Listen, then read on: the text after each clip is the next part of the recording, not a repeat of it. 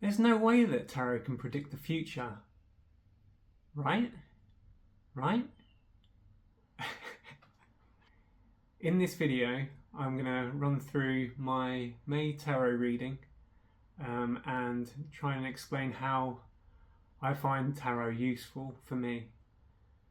Hi, I'm Ian, and on my channel, I invite you to walk alongside me on my journey to remembering who I really am. So it's new month, new tarot. This is now an exciting time to me, but it's not always been like that. I think for me, I've put tarot in with astrology, and growing up, I was very suspicious of it, and it was, partially ridiculed in my household. Um, you know, I think it's easy to pick holes. It's kind of got that feel of spiritual woo-woo around it, and my logical brain just couldn't comprehend it. I think those kinds of things are like struggle. You can't win really. If you're too vague, then obviously it just seems to apply to everyone. It seems like an easy win. But if you're too specific, then it's not really gonna be absolutely true for everyone. So I've always had that skepticism, I suppose.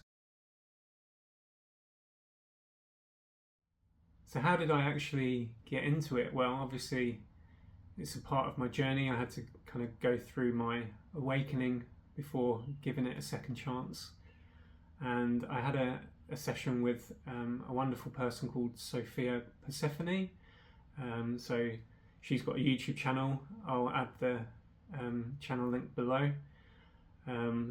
Please check her out. She's really great. But I found her videos and booked a session with her. And during that session, we talked about divination tools. She's got a video on that as well. I can link. And at that point, I took the plunge and could see the use and benefit in using them as additional information. And I think an important part of my spiritual journey is to try things, but to always question it. That's always going to be part of me. But I think questioning it in a different way, questioning with my heart and not just my head, I suppose, and really trying to seek what the truth is for me. So it felt like the right time to give it a go.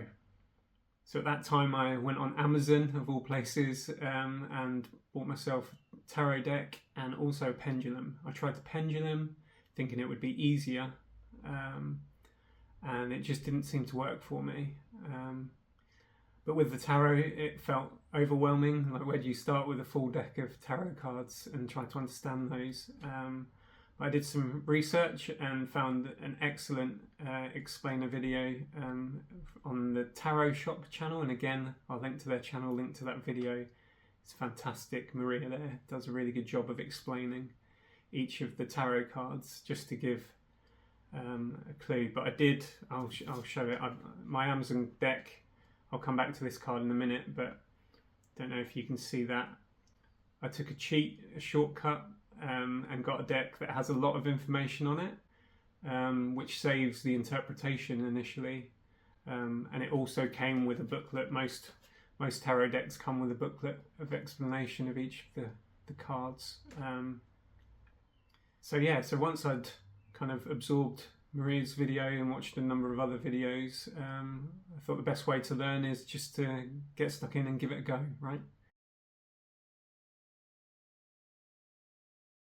So I use tarot to help me, basically, to tap into my own intuition, not to give me absolute answers. I think it can confirm things that I'm already feeling and knowing. It can suggest new ideas that I've not had to contemplate and to really reflect on. That's also useful. Tarot's not perfect by any means, but I see it as a tool to aid exploration, which can be really useful. Maybe comment down below and let me know how you use tarot and how it works for you.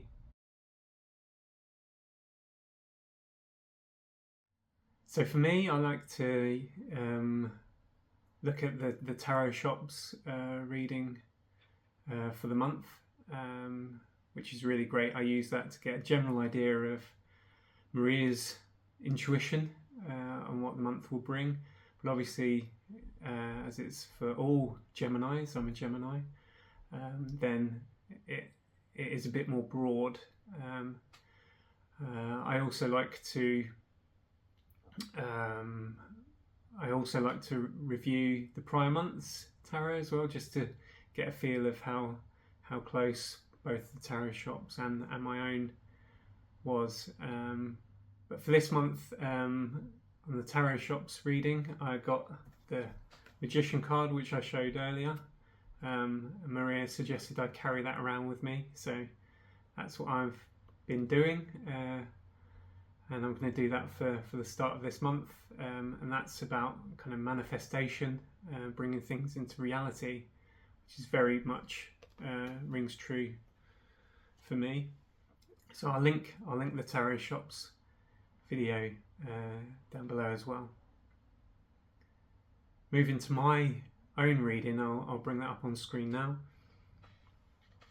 So I got these cards. So the way this generally works is the first column tells you the start of the month, the middle column tells you the middle of the month, and the final column gives you the end of the month. And the cards at the top are the main kind of themes, with the cards below kind of supporting that journey. That's how I see this anyway. So for me, at the start of the month, I got Judgment, supported by the Six of Swords, which I see the Six of Swords, this card, a lot.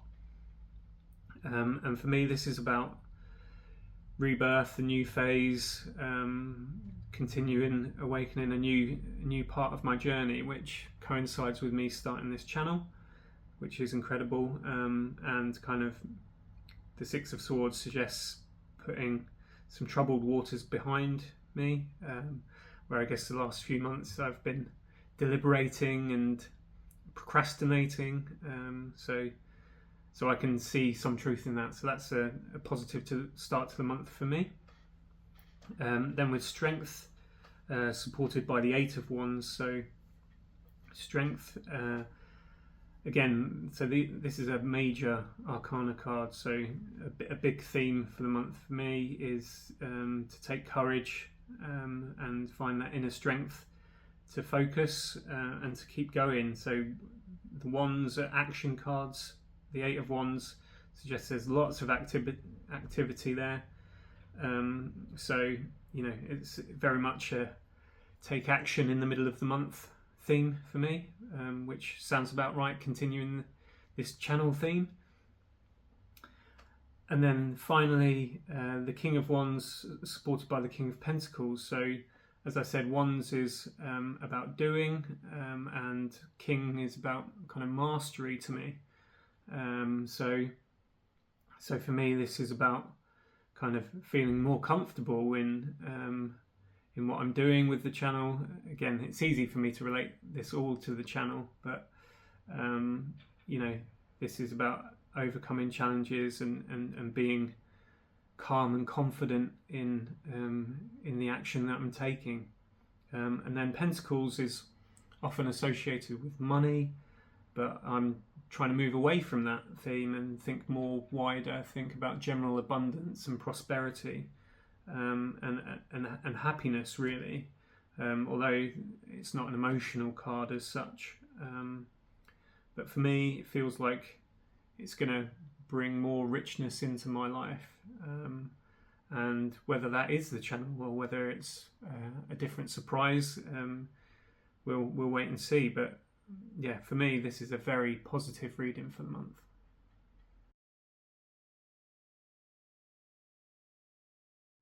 So for me, I find tarot quite useful, but tarot's not a perfect solution. It's really a tool. It gives you a likely view of the path ahead, but it's not set in stone. It's based on information right now, so you can either choose the path in front of you, or you can change it. we've still got free will in every moment. That is the gift that we have, I believe. So it can give you, those warnings of, if you carry on down this path, this is, where it's heading, or it can, spell out a beautiful path ahead, and you just have to go out and choose it. For me, like I said, I feel positive about May. It's going to be a busy month, but a fruitful month.